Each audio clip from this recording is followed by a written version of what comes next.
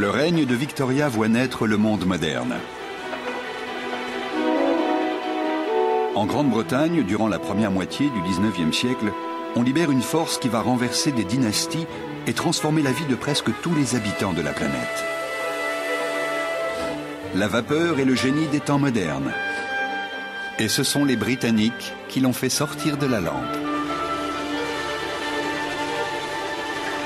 Cela fait de leur petite île la manufacture de la planète.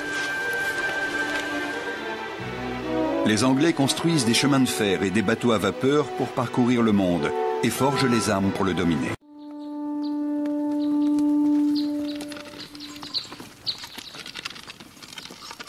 En 1819, l'année où naît Victoria, le monde est plus semblable à celui des Grecs et des Romains qu'au monde actuel.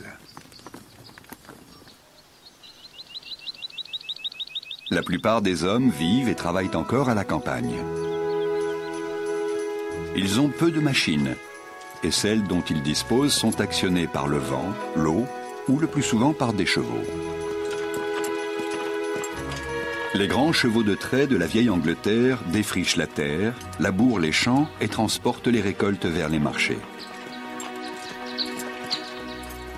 La force des chevaux fixe la limite de la vitesse. Les moyens de transport public les plus rapides sont les diligences.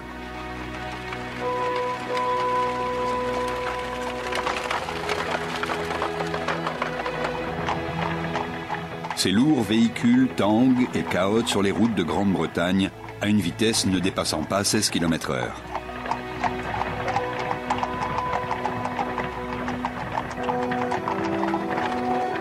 Dans les années 1830, le jeune journaliste Charles Dickens, qui les emprunte souvent, compare cette expérience à celle d'être battu sur une roue de torture.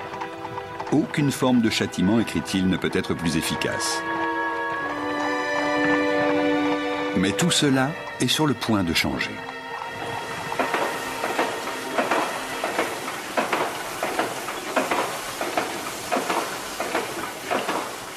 Car la Grande-Bretagne, la première, a abordé l'âge de la vapeur.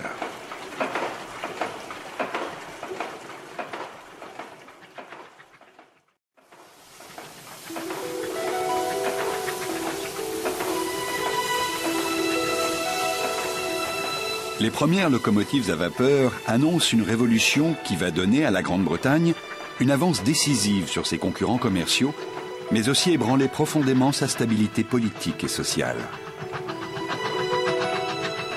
En 1829, le premier chemin de fer public est achevé. Il relie Liverpool à Manchester. Les locomotives à vapeur de George Stephenson foncent sur les rails d'acier à la vitesse stupéfiante pour l'époque de 56 km/h. Mais la cérémonie d'inauguration est marquée par un tragique accident. La locomotive la plus rapide de Stephenson, The Rock, ne peut pas éviter un membre important du gouvernement. Elle l'écrase et le tue. Le monde moderne est né.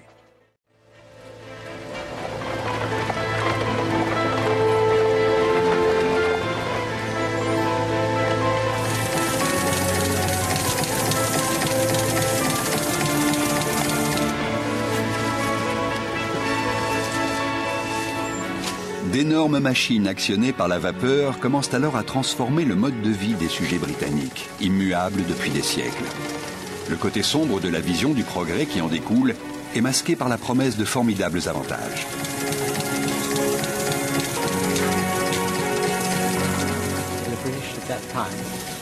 À cette époque, les Britanniques maîtrisaient non seulement les moyens de production industrielle, mais aussi les moyens de distribution de leurs produits dans le monde entier. Ils dominaient vraiment le monde et cela leur donnait, j'en suis sûr, une sorte de sensation euphorique, un peu comme s'ils s'étaient procuré le feu, à l'instar de Prométhée. Dans la mythologie grecque, Prométhée apporte le feu à l'humanité. Mais si les Britanniques ont la sensation que les dieux leur ont fait un don de la même ampleur, ils réalisent vite qu'ils le paient très cher. Les bouleversements sociaux, les épreuves physiques et une terrible misère font de ce pays vert et riant un enfer sur terre. L'Angleterre se trouvait vraiment à la pointe de ce que nous appelons la révolution industrielle. En fait, elle a connu une quantité de transformations. La population a augmenté de façon considérable et cette population a de plus en plus afflué vers les villes. Mais il n'y avait pas assez de logements. Les services étaient rudimentaires. Les villes étaient surpeuplées et les conditions de vie très précaires. Les gens mouraient très jeunes. Il y avait beaucoup d'accidents et de maladies causées par les industries. En général, on mourait avant 45 ans. Il n'y avait aucune protection à l'époque. On parle du grand boom de l'ère victorienne, mais c'était une période de grande insécurité.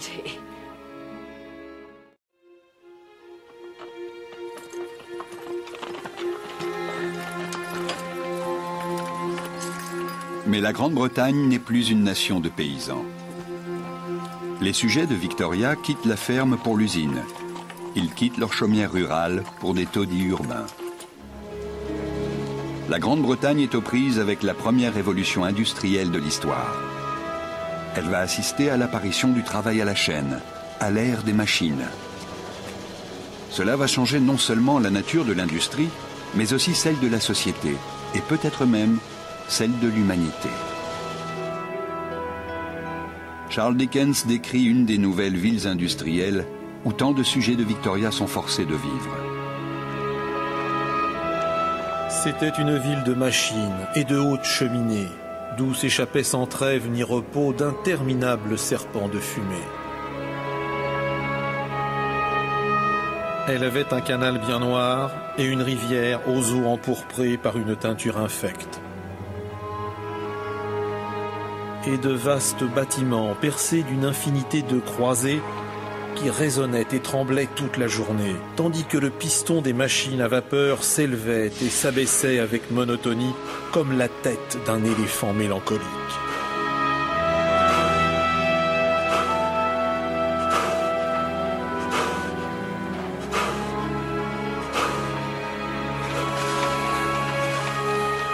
C'est un univers très éloigné de celui de la jeune reine vivant dans son palais avec ses serviteurs. Que peut-elle savoir des gens qui habitent dans de telles villes, ou des machines qui régissent désormais leur vie quotidienne? Tous sortaient et rentraient aux mêmes heures, faisant résonner les mêmes pavés sous le même pas pour aller faire la même besogne. Chaque jour était l'image de la veille et du lendemain. Chaque année, le pendant de celle qui l'avait précédée ou de celle qui allait suivre.